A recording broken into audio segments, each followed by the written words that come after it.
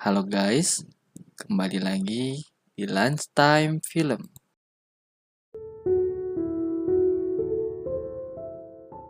Pada tahun 1950, saat itu sedang diselenggarakan Piala Dunia.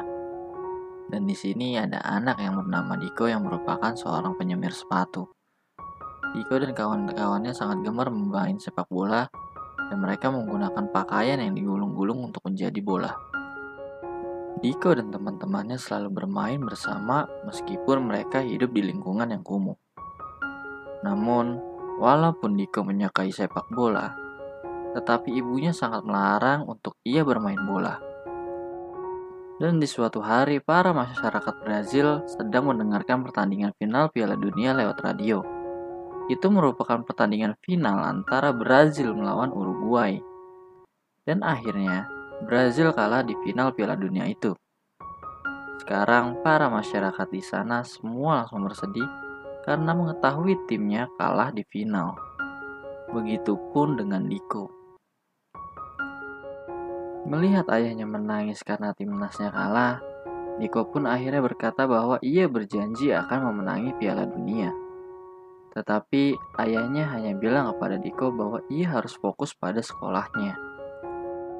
Dan Diko juga membantu ibunya bekerja sebagai pembantu di sebuah rumah orang kaya. Di sana, anak-anak para orang kaya sedang membicarakan perihal sepak bola. Mereka juga membuli Diko karena Diko salah menyebutkan nama seorang kiper. Dan anak-anak orang kaya itu menyebut Diko dengan sebutan Pele.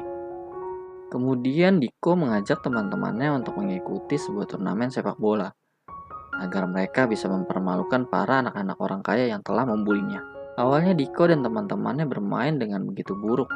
Namun, seiring berjalannya waktu mereka perlahan mulai bisa memenangkan semua pertandingan. Mereka terus memenangkan pertandingan demi pertandingan hingga mereka mampu mencapai babak final dan bertemu dengan orang-orang kaya. Di sana Diko diejek karena tidak menggunakan sepatu. Mereka tidak memiliki uang untuk membeli sepatu. Akhirnya mereka memilih mencuri beberapa kantong kacang agar bisa membeli sepatu. Hingga saat sedang menjual kacang, anak-anak orang kaya datang untuk membuli mereka. Dan anak-anak orang kaya itu kembali memanggil Diko dengan sebutan Pele. Karena tak terima dengan itu, akhirnya mereka semua berkelahi. Hari pertandingan final pun tiba. Dan rupanya di pertandingan itu ada seorang pemandu bakat dari klub Santos. Dan pertandingan pun akhirnya dimulai. Awalnya Pele dan kawan-kawan terus bermain dengan sangat buruk. Hingga Diko pun mulai melepaskan sepatunya. Rupanya setelah Diko melepaskan sepatunya itu, ia langsung bermain dengan sangat baik. Bahkan ia mengeluarkan teknik gingga miliknya dan langsung mencetak gol. Kini Diko dan teman-temannya bermain tanpa sepatu. Namun ujung-ujungnya mereka tetap saja kalah selisih 1 gol. Tetapi semua penonton menyebutkan nama Pele. Mulai dari sinilah Diko akhirnya dipanggil dengan sebutan Pele. Mereka semua terpukau dengan permainan Pele. Namun ternyata para pemilik kacang datang untuk menangkap mereka. Diko dan yang lainnya pun langsung lari, namun Tiago dan Diko tertinggal. Hingga akhirnya mereka bersembunyi di sebuah lubang gua. Saat di dalam gua, tiba-tiba saja gua itu langsung runtuh dan menjebak Tiago. Hingga Tiago pun tewas terkubur oleh longsoran tanah. Diko benar-benar merasa bersalah atas kejadian ini. Kini Diko berjanji ke ibunya bahwa ia akan belajar di sekolah dengan baik dan tidak akan bermain sepak bola lagi. Kini Pele lebih memilih untuk membantu ayahnya bekerja di klinik.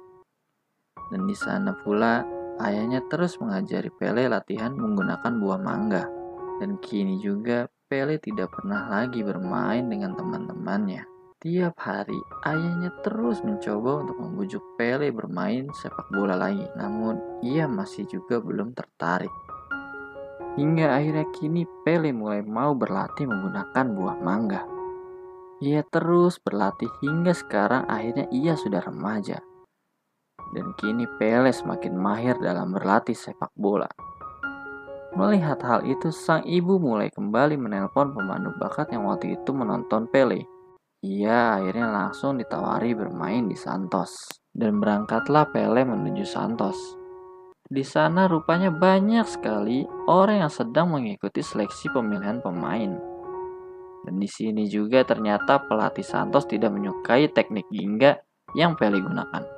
Namun beruntungnya Pele masih tetap bisa lolos di tim junior Santos. Namun di Santos ia belum pernah sekalipun mencetak gol. Dan itu membuatnya sangat frustasi. Pele pun berniat untuk pulang kembali ke rumah. Namun Tuan Brito mencoba meyakinkan Pele bahwa permainan Pele memiliki sejarah yang panjang. Karena teknik Gingga adalah teknik yang berasal dari capoeira yang akhirnya digunakan untuk bermain sepak bola. Dan itu ada di dalam diri Pele. Mendengar hal itu, Pele pun tidak jadi pulang ke rumahnya. Pada suatu pertandingan, Pele terus saja bermain dengan buruk. Hingga akhirnya ia pun nekat menggunakan teknik Gingga miliknya. Meskipun ia tahu pelatih tidak akan menyukainya. Namun, berkat itu juga ia mampu membuat gol dengan indah. Kini, pelatihnya justru menyuruh Pele untuk melakukannya lagi. Dan kini benar-benar Pele bermain dengan sangat baik. Dan kini, Pele pun akhirnya berhasil menembus tim utama. Dan berkatnya juga, ia mampu membelikan kedua orang tuanya barang-barang elektronik. Di sana, mereka pun mendengarkan pengumuman pemilihan skuad Brazil. Ternyata Pele masuk ke dalam timnas Brazil yang akan mengikuti Piala Dunia.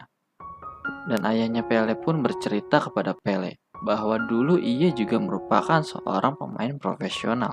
Namun saat menggunakan teknik Gingga, ia dihadang oleh musuhnya dan berakibat ia tidak bisa kembali bermain sepak bola. Akhirnya, para pemain timnas Brazil pun berkumpul. Kini Pele bisa bertemu dengan para pemain timnas yang lain. Dan ternyata juga ia kembali bertemu dengan anak kaya yang dulu membulinya, yaitu Mazzola. Dan yang anehnya lagi, ternyata pelatih timnas Brazil tidak ingin Pele menggunakan teknik Gingga. Seluruh media pun meragukan kemampuan timnas Brazil yang menurut mereka tidak kompeten. Hingga kini mulailah sang pelatih melakukan seleksi pemilihan line up. Di sana, Pele berusaha menggunakan Gingga miliknya, tetapi ia malah salah tumpuan dan membuatnya cedera. Dokter tim pun berkata ia baru bisa kembali bermain tahun depan. Kini, seluruh pemain sudah berada di Swedia. Pele pun tetap ikut ke Swedia meskipun sedang cedera. Dia terus dirawat oleh tim dokter sambil menonton pertandingan timnya. Kini sang pelatih ingin segera menurunkan Pele untuk pertandingan berikutnya. Namun, menurut sang dokter, Pele belum siap sama sekali karena masih sangat lemah. Di saat melawan Inggris, ada 3 pemain Brazil yang alami cedera dan tidak bisa bermain saat akan melawan Uni Soviet nantinya. Saat pertandingan akan dimulai, ternyata Pele benar-benar gugup. Sang dokter pun memperingatkannya untuk selalu melindungi kakinya. Dan mulailah ia masuk ke lapangan. Rupanya di sana sangat ramai oleh penonton dan sang ayah sangat bangga melihat anaknya bisa bermain untuk timnas. Di sana juga Brazil berhasil memimpin terlebih dahulu, namun Pele tetap saja tidak bisa berbuat banyak. Hal yang sama pun terjadi saat semifinal. Pele tetap bermain dengan buruk. Hingga saat jeda istirahat, semua pemain Brazil pada merasakan sakit. Dan Pele berusaha untuk membujuk Mazzola untuk menggantikannya. Namun Mazzola tidak mau, karena menurut Mazzola, sekarang Brazil membutuhkan gingganya Pele. Dan dimulailah pertandingan babak kedua. Di sana Pele mengeluarkan teknik gingganya. Ia pun mulai berhasil melewati para lawan satu persatu. Bahkan Pele pun berhasil mencetak hat-trick dengan sangat indah. dan membuat masyarakat Brazil semuanya bahagia. Karena Brazil mampu mengalahkan Prancis dan menuju babak final. Sang pelatih pun akhirnya langsung melatih mereka semua guna mempersiapkan partai final melawan Swedia. Bahkan para pemain berlatih dengan sungguh-sungguh hingga larut malam.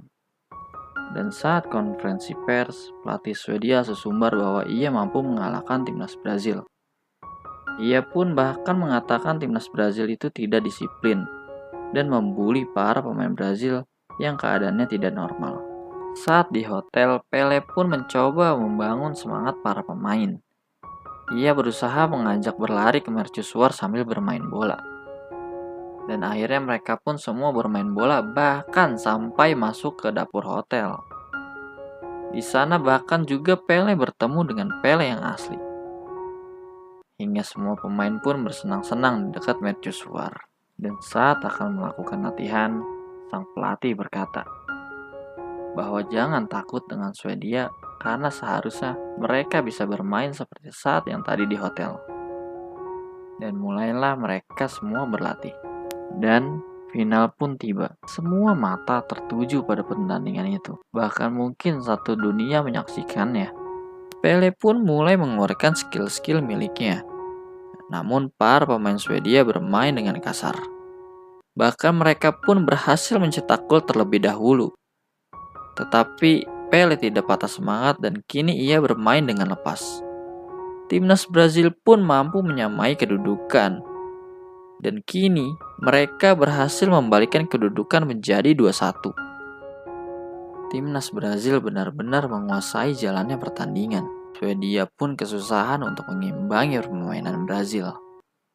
Dan lagi-lagi Brazil mampu menambah golnya menjadi 4-1. Dan Pele akhirnya menutup kemenangan Brazil menjadi 5-1. Kini, Brazil akhirnya menjuarai Piala Dunia di tahun 1958. Dan semua masyarakat Brazil benar-benar bahagia atas kemenangan timnasnya. Khususnya kedua orang tua Pele. Pele pun kini menjadi legenda sepak bola dunia. Dan menjadi salah satu pencetak gol terbanyak di dunia juga. Pele berhasil menjawab keraguan semua orang tentang teknik hingga miliknya. Seperti Mahfuzot berkata, "Jarib walahiz takun arifan." Yang artinya, cobalah, maka kamu akan mengetahuinya. Dan film pun selesai.